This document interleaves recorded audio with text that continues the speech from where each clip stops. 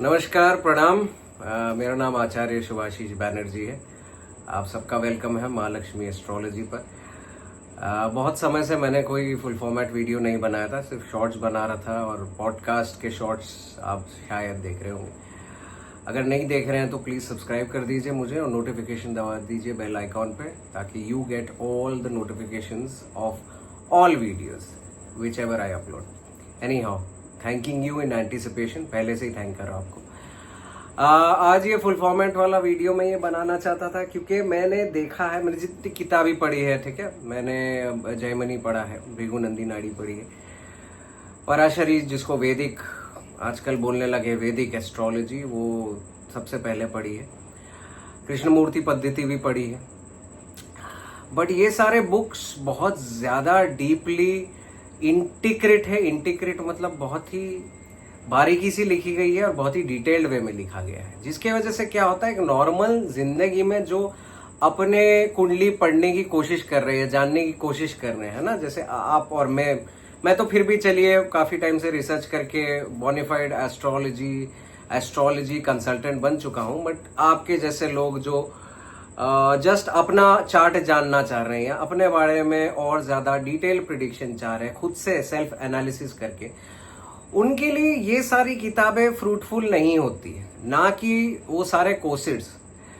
क्योंकि मैंने ये नोटिस किया और मैं इससे भी अपने एक्सपीरियंस से बोल रहा हूँ, प्लीज मत बुरा मानिएगा, प्लीज ऑफेंड मत होइएगा। आजकल बहुत ज्यादा लोग जल्दी ऑफेंड हो जाते हैं। मैं ऐसा कुछ किसी का ऑफेंसिव नहीं कह रहा हूँ, मैं ये कह रहा हूँ कि बहुत ही इजी है खुद का अगर एनालाइज करना है चार्ट बेसिक वे में। 2 मिनट में अगर आपको एनालिसिस निकालने हैं कि बेसिक मेरे रोजमर्रा जिंदगी में मेरा हेल्थ आने वाले समय में, चाइल्ड बर्थ आने वाले समय में, ट्रैवल आने वाले समय में, एक्सपेंसेस आने वाले समय में, इनकम आने वाले समय में, रिलेशनशिप, पेरेंट्स का हेल्थ, है ना, ये सारी चीजें बहुत ही इजीली प्रिडिक्ट की जा सकती है। लेकिन अगर आप किताबें पढ़ेंगे डिटेल में, है ना, पूरा सब्जेक्ट मैटर पढ़ लेंगे तो basic easy way of prediction नहीं कर पाएंगे, बहुत ज्यादा कंफ्यूजिंग हो जाएगा क्योंकि बहुत सारे कॉन्सेप्ट्स।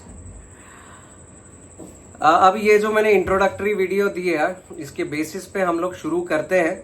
पहली चीज तो क्या है, अपने सारे आप जितनी किताबें पढ़े हैं, आज आप और मैं दोनों स्टूडेंट बन जाते हैं आज से, और सारी किताबों का सारा नॉलेज, जितने योग दोष, महापुरुष योग, जितने राजयोग, जितने दुर्योग, सारों को एक साइड में रख देते हैं। पहली चीज तो आप अपने फंडामेंटल्स क्लीन करेंगे, ठीक है, आप भी मैं भी, जो कि है कि प्लैनेटरी सिग्निफिकेशंस और डिनोटेशंस की प्लैनेट्स क्या चीजों को सिग्निफाई कर रहा है बॉडी में, समाज में, घर में, है ना। आपके रूम में ही सारे 9 के 9 प्लैनेट्स है ना। बट अगर आपने प्लैनेटरी सिग्निफिकेशंस और डिनोटेशंस, अपने फंडामेंटल्स को क्लियर नहीं किया, है ना, कि नंबर्स पहले सीखना है अपने को, और फिर उसके बाद हम लोग को मल्टीप्लिकेशन, एडिशन, सब्सट्रैक्शन, डिवीजन सीखना है। तो अगर हमने ये प्रोसेस में नहीं सीखा, हम डायरेक्टली ही ट्रिग्नोमेट्री, ज्योमेट्री में चले गए, है ना, इंजीनियरिंग साइंस में, एरोनॉटिक साइंस के मैथमेटिक्स में, और हमारे बेसिक्स क्लियर नहीं, तो हमें वो कॉन्सेप्ट्स नहीं समझ में आएंगे, पहली बात। दूसरी बात, वो कॉन्सेप्ट्स रोजमर्रा की जिंदगी में अप्लाई नहीं होते। जो मेजर बुक्स हैं, जो ये कोर्सेज बनाए जा रहे हैं, है ना, इतने सारे यूट्यूब पे मैं देखता हूँ, स्टॉलवर्ड, बहुत ही ब्रिलियंट, मैं कुछ नहीं कह रहा हूँ कि अच्छे टीचर्स नहीं, बहुत ही अच्छे टीचर्स हैं, मगर ये जो कॉन्सेप्ट्स सिखा रहे हैं, ये रोजमर्रा की जिंदगी में बहुत ही रेयर काम आ सकते हैं, अनटिल एंड अनलेस आप बहुत ही डीप एनालिसिस करना चाहते हैं किसी चार्ट का। ओके, तो दीज क्लासेस जो ये टीचर्स या कंसल्टेंट्स या मेंटोर्स दे रहे हैं यूट्यूब पे और दूसरे सोशल मीडिया प्लेटफॉर्म्स पे, ये इतने डिटेल है कि ये दूसरे एस्ट्रोलॉजर्स के काम में आ सकते हैं। अगर फर्दर एडवांस करना है आपको knowledge in astrology, deep research करना है। लेकिन अगर आपको अपने ही कुंडली का एनालिसिस निकालना है, तो पहले आप प्लैनेट्स के फंडामेंटल्स को क्लियर कीजिए कि वीनस के क्या क्या मायने होते हैं। वीनस सिर्फ महिला नहीं होती, है ना, Venus is also your insulin, your the sugar content in your body. Venus governs the kidneys, Venus governs the genitals, Venus governs cash flow, बहुत सारी चीजें। जैसे आपके रूम में white is governed by Venus, pink could be said to be sort of governed by Venus because it is feminine. So coming back to it, पहले अपने fundamentals clear कीजिए in terms of planets, ठीक है। फिर zodiac science, ठीक है। नक्षत्र वगैरह में जाने की जरूरत नहीं, नक्षत्र पदा को साइड में रख दीजिए। सारे दोष, योग, महापुरुष, राजयोग, दुर्योग सबको साइड में कर दीजिए।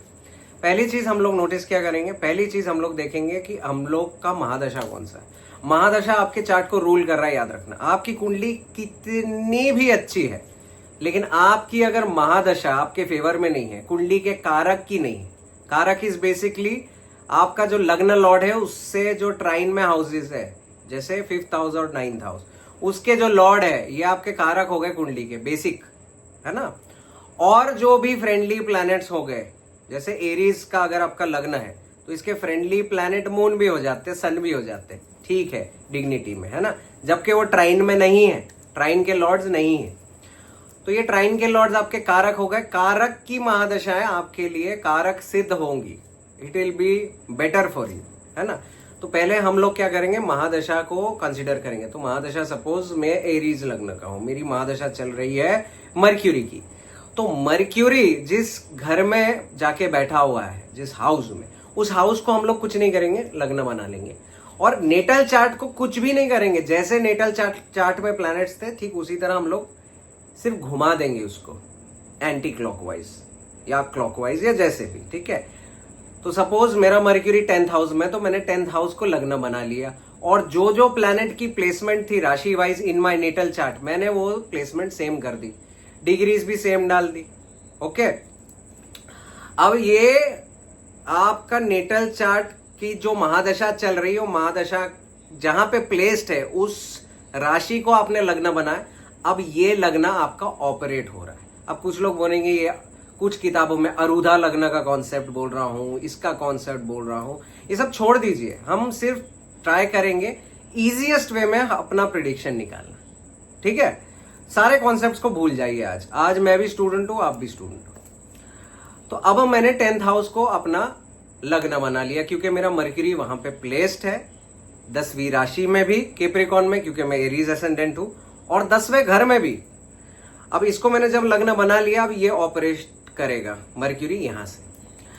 अब ये नेटल चार्ट जब मेरे 10वें घर से मैं देख रहा हूं एसेंडेंट बना के, तब इस पे मुझे सुपर इंपोज करना है करंट ट्रांजिट ऑफ प्लैनेट्स, सारे ही प्लैनेट का करंट ट्रांजिट जो है। तो ट्रांजिट देखिए, है ना।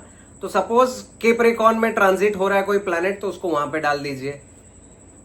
कोई एरीज में ट्रांजिट हो रहा है तो एरीज में उसको डाल दीजिए।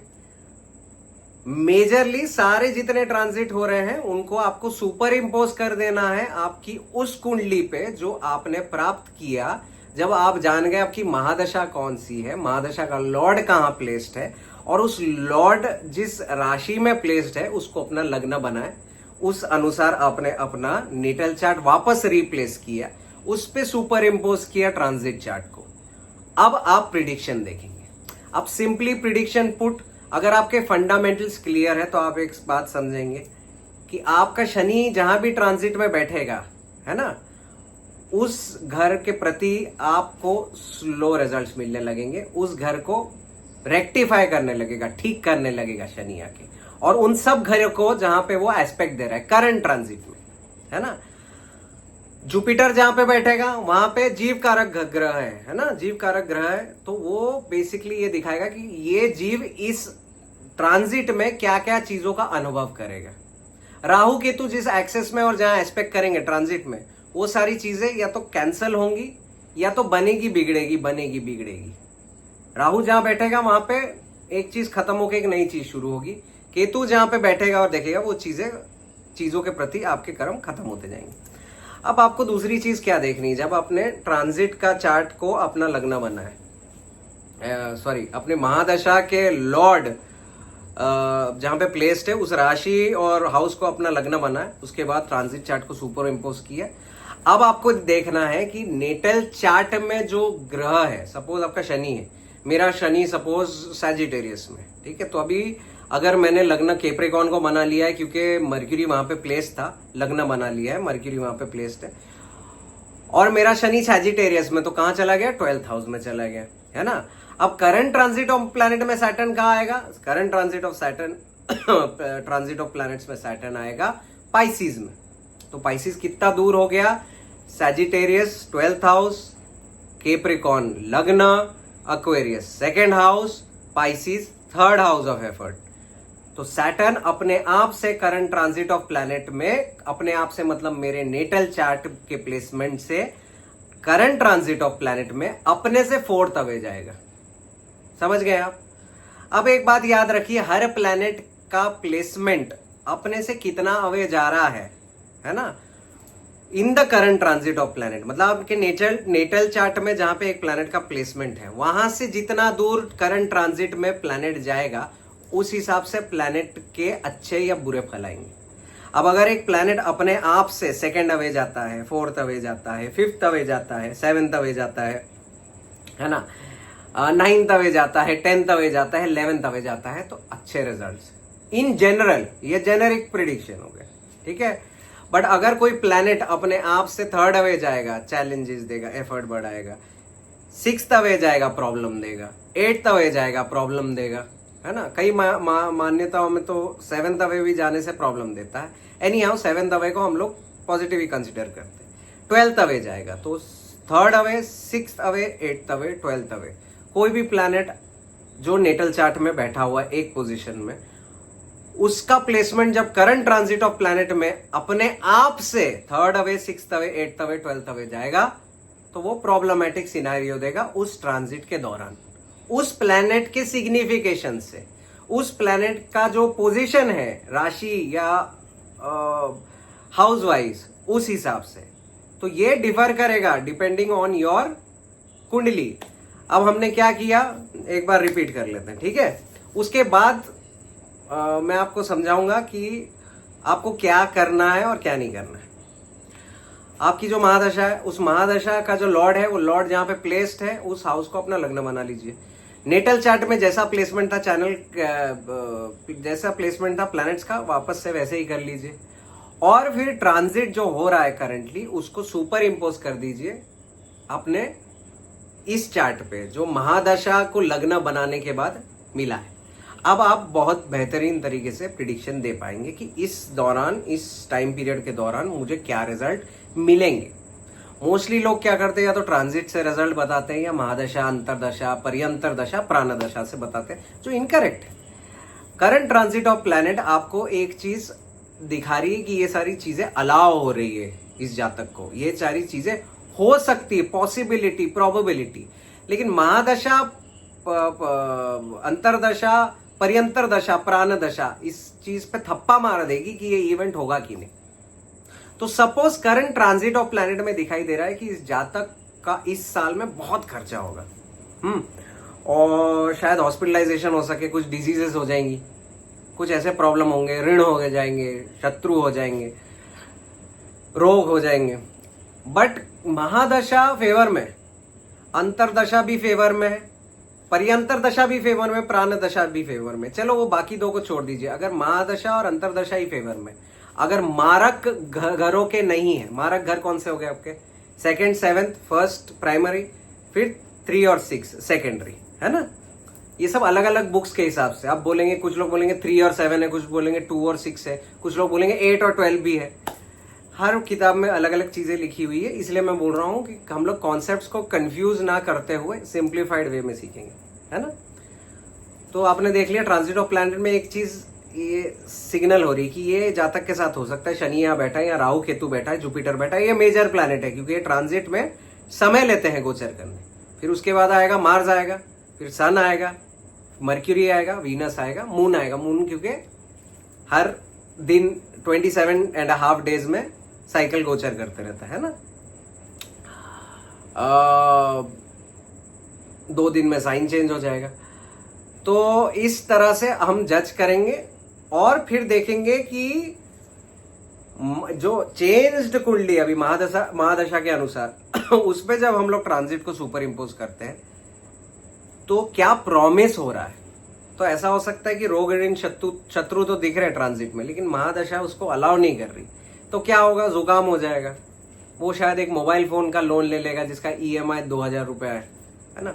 शत्रु क्या हो जाएंगे, ऑफिस स्पेस में प्रॉब्लम, थोड़ी पॉलिटिक्स, या काम करने वाले, नीचे काम करने वाले कर्मचारी है ना, वो लोग काम छोड़ के चले जाएंगे, नए पर्सन को रखना पड़ेगा। ऐसे छोटी मोटी चीजें होंगी, कोई बड़ी चीज नहीं होगी, लेकिन होगी जरूर, छोटी सी होगी लेकिन होगी जरूर।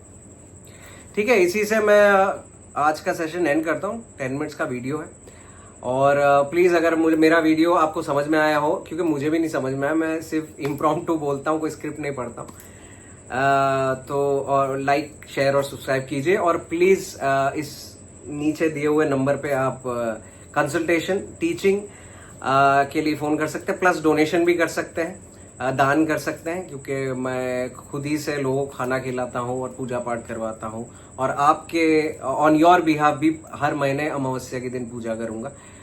अगर आपको मेरे एजुकेशनल वीडियोस ये पसंद आए तो प्लीज लाइक शेयर और सब्सक्राइब कीजिएगा, और बेल आइकन प्लीज दबाना मत भूलिएगा, so that you get a notification every time I upload a video. और प्लीज कमेंट्स में ये भी लिखिए कि आपको फ्यूचर में क्या और जानना है, कैसे मैं वीडियोस बनाऊं, क्योंकि this is not a teaching session. ठीक है, यहाँ पे मैं भी स्टूडेंट हूँ, आप भी स्टूडेंट है। मैं एस्ट्रोलॉजी को एकदम सिंप्लीफाइड वे में करना चाहता हूँ ताकि हम दोनों के लिए इजी हो।